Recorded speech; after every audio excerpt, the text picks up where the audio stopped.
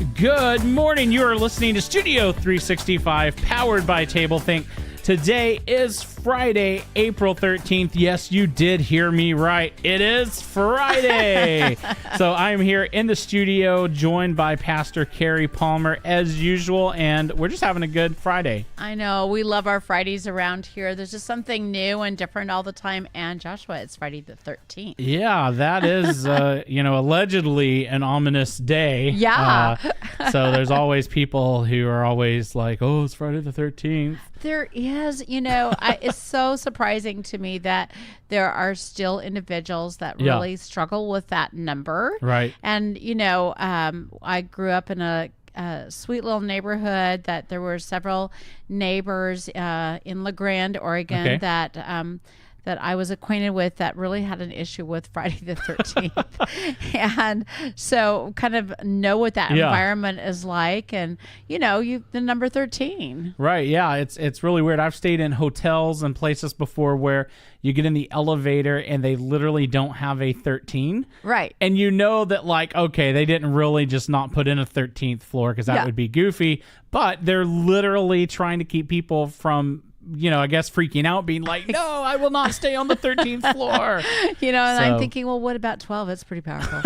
Right. Well, it's a dozen. Yeah. And if you're on the 14th floor, you're actually on the 13th if they skip the number. So, I don't even know what you're supposed to do with that. Yeah. But, when you talk about this, we really need to look at the fact of the matter is there's these kind of precepts and understanding of what life is like that's just based on untruth. Yeah.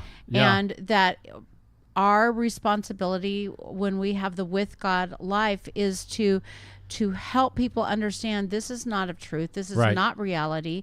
This is a place that brings darkness and fear and, a lot of response to life that is made on something that's not true. And so we've been working with the Psalms and chapter 71, but I want to move forward into Romans 1. Okay.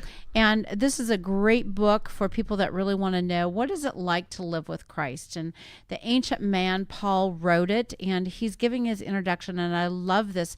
This is from the New Living Translation, and he just says, I'm so eager to come to you.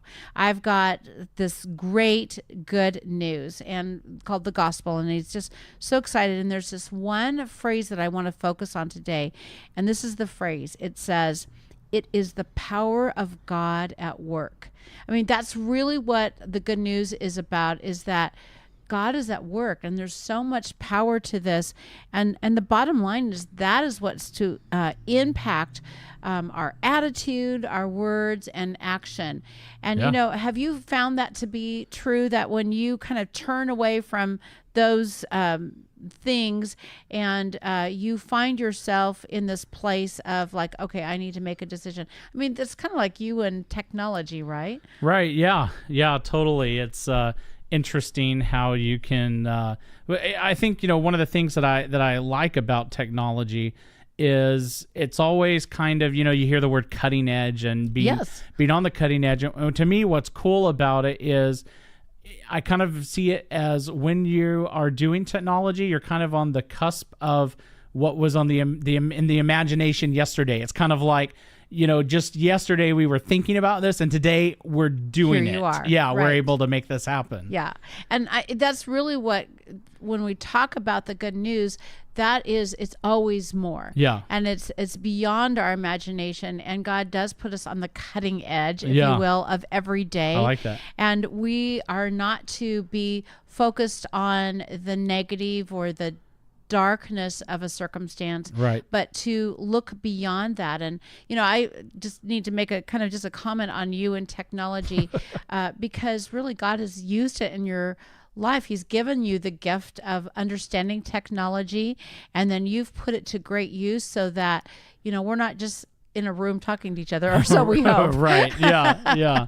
But that technology allows us to talk with people all over the world. Yeah, it's fascinating. Yeah, and to give the good news. Right. That there's just more to this day.